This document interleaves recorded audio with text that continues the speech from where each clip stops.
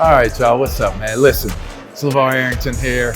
We're at the Beverly Hills Hotel fight conference for one of the biggest fights in the history of boxing, a welterweight phenomenon, a dream fight between my man Errol Spence and Terence "Bud" Crawford. Now, I had an opportunity to sit down with both of these boxers and have a great conversation. I asked them two questions only. One, how do you keep the main thing the main thing? Two, what's your preparation like? Here's what I'll say. When I look at the intangibles coming into this fight after watching both of them fight for so long, I love Errol Spence's skill set. I love how calm, cool, and collected he is. Very unassuming, very quiet, but can get after it. So I started feeling like, all right, well, this might be Errol Spence, like, yeah, I want to go. But then when I think about it, you think about the conversation I had with Bud, with Terence Crawford, and I just felt like there's a different energy that's surging through Bud's body. I felt a hunger. I look at it, he's shorter than Errol Spence. He's not as long as Errol Spence. But I think if I'm matching dog mentality, man, it's just when a dog recognizes a dog, when it's dog, Bud's a dog. Terence Crawford is a dog. Now, that ain't to say that Errol Spence ain't a dog, because let me tell you something. I've come across some dogs that don't bark too much, but their bite is for real. But if I got to make this bold prediction today, based off of the information I have today, look, I got to tell you this. I think that this is Apollo Creed versus Clubber Lang. And if I'm using conventional wisdom, I think Clubber Lang beats the hell out of Apollo Creed. You work that one out. Who do you think is Apollo Creed? Who do you think is Clubber Lang? Get at me. That's who I'm taking, Clubber Lang.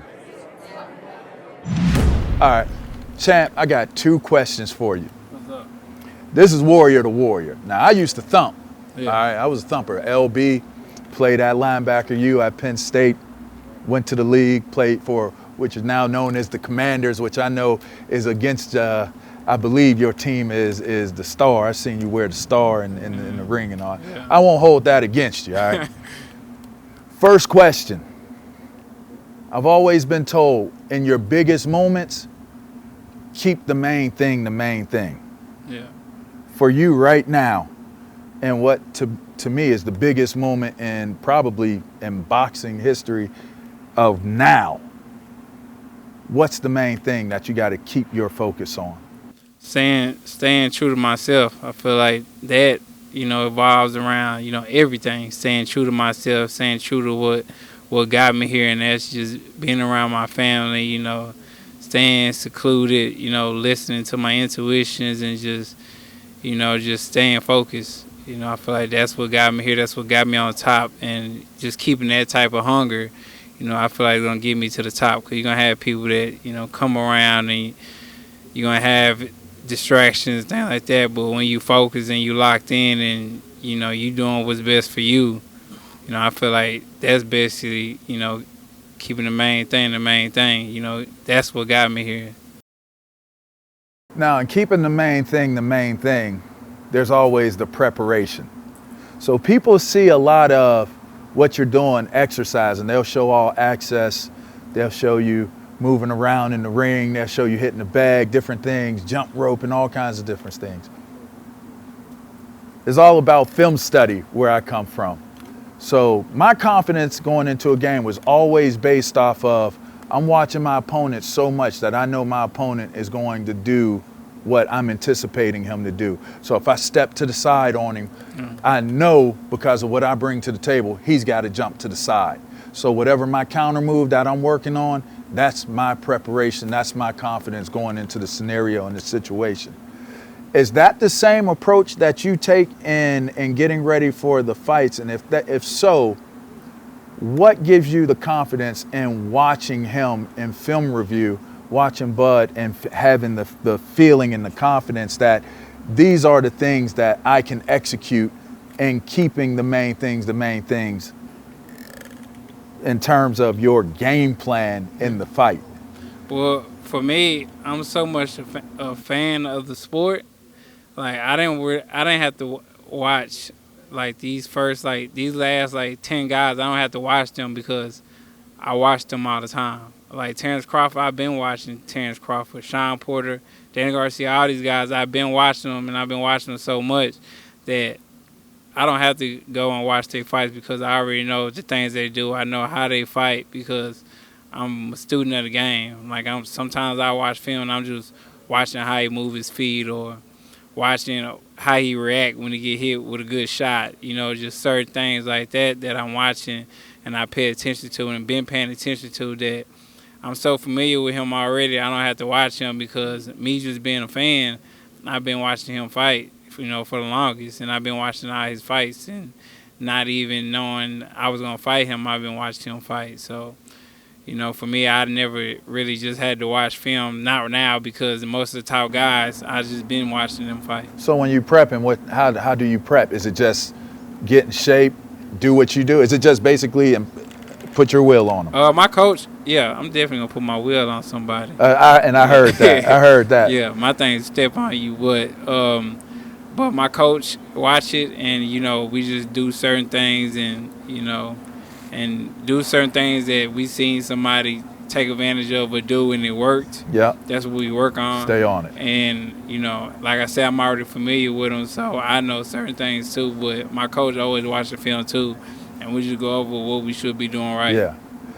Hey, it's Errol Spence Jr. Everybody, please subscribe to Up on Game. That's it. That's all I need, man. Yes, sir. All right. Sir. Hey, good luck to you. Appreciate it. My man. G. Appreciate it.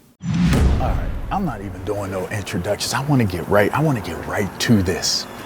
I'm watching you in the press conference when they bring the trainers up. You come up, you sit down. First you relinquish the belt to say, let me go handle this real quick. You said what you had to say, and you shook your head the entire time. Now, I'm a warrior. I come from a warrior's place. Right. I interpreted what I saw was a man who saw something in what his opponent does that gave you the confidence to believe that there ain't no doubt, there ain't no way that my guy, with what I'm about to train him to do and what he's capable of doing, is going to lose this fight. Was I off? No, man, you wasn't off. You just kept shaking your head. What were you like when you were hearing it? What was making you shake your head? Listen, man, you're absolutely 100% right. And the reason why I say that to your statement is we've been training for this, man, for about 5 years. And when I say training, physically we've been training as knocking out everybody the last 10 opponents. I've seen it. Okay, so each fight, it did something for Terence, not only Terence, but the coaching staff. Myself, Red, Spikes, Saul Dieguez, the strength and condition guys. And when I say training, it mentally prepared us for this moment. And from where we came from to getting into the welterweight division to where we at now, you can't have nothing but confidence in your guy. Even outside the ring, at a family picnic or a block party or something we may be throwing for the gym, he'll turn around and say to me, I'm gonna fuck this dude up. I promise you that, man. And to get that from my little young cat, Yeah. it moves me, brother. It moved you, touched It you. moves me. Like in here. It moves me, man, because of the simple fact, man. I know what he been going through to get this fight. You emotional about it? You got to, man. This the pinnacle. Because the simple fact, 90% of the motherfuckers didn't want this fight to happen. Yes, I know. And by Bud being steadfast and being committed to the game, his game, and putting his foot on the pedal, picking up the phone and calling this dude, staying true to his negotiation, man. So Bud made this. So Bud dying that motherfucker. Okay, so everybody's sitting there saying that. That's interesting, man. So Bud made the fight. Bud made the fight. Bud kept his foot. He kept the pressure on it. He kept his foot on the pedal. Because if you approach it that way, if you don't take the fight, then I can say, I tried to make the fight. He kept his foot on the pedal. I know that's right. And that just ties into from the years, the last 5 years, this cat has been telling me, fuck this dude up, bro. I'm not pressing the gas to go get my ass whipped. You goddamn right about that, partner. So if I'm putting my foot on the gas to go get this, I'm going to be great. Hold on, let me put my shit down. Yeah. My shit on. Right. I'm gonna have to fight this big motherfucker. I fight too much, y'all. It's all right. Hey. Subscribe to my boy, man. Yeah. Up on game. Up on game, man. You'll like it, man. I'm gonna go to. I never knew about your channel, Check man. out Up on I guess Game. you gotta come out here to the East Coast, man. Come on, man. Should have been. It came to Omaha. Come on, man. I ain't never been to Nebraska. Should have came to Nebraska. Should have been there, bro. I mean, y'all in the 10. We're gonna have to do it. Yes, sir. You in the 10? I appreciate you. Good luck to you, my Thank G. you, brother. Indeed. Yeah. I got 2 questions for you. Yes. I'm gonna ask you the same 2 questions that I asked your opponent. Okay. First thing, when I used to prepare, my dad always said, the wisest thing you can do approaching what you're going to do is when you're preparing to always keep the main thing the main thing. Right. I used to try to figure out what that meant. And then as I got into it, I started understanding like, okay, this is what he meant. This is what he means by it. For this fight, the magnitude of how big this bad boy is, this is a historical fight. What's the main thing and how do you keep it the main thing heading into this fight? The main thing is being Terence Crawford, being myself, being comfortable with who I am, and not trying to be somebody that I'm not. That's the main thing. What is that? Being elusive, being aggressive, outthinking my opponent, being able to adjust on the fly, being able to dictate what I want to do, when I want to do it, being able to take away his strong points and make them his weaknesses. That's Terence Crawford.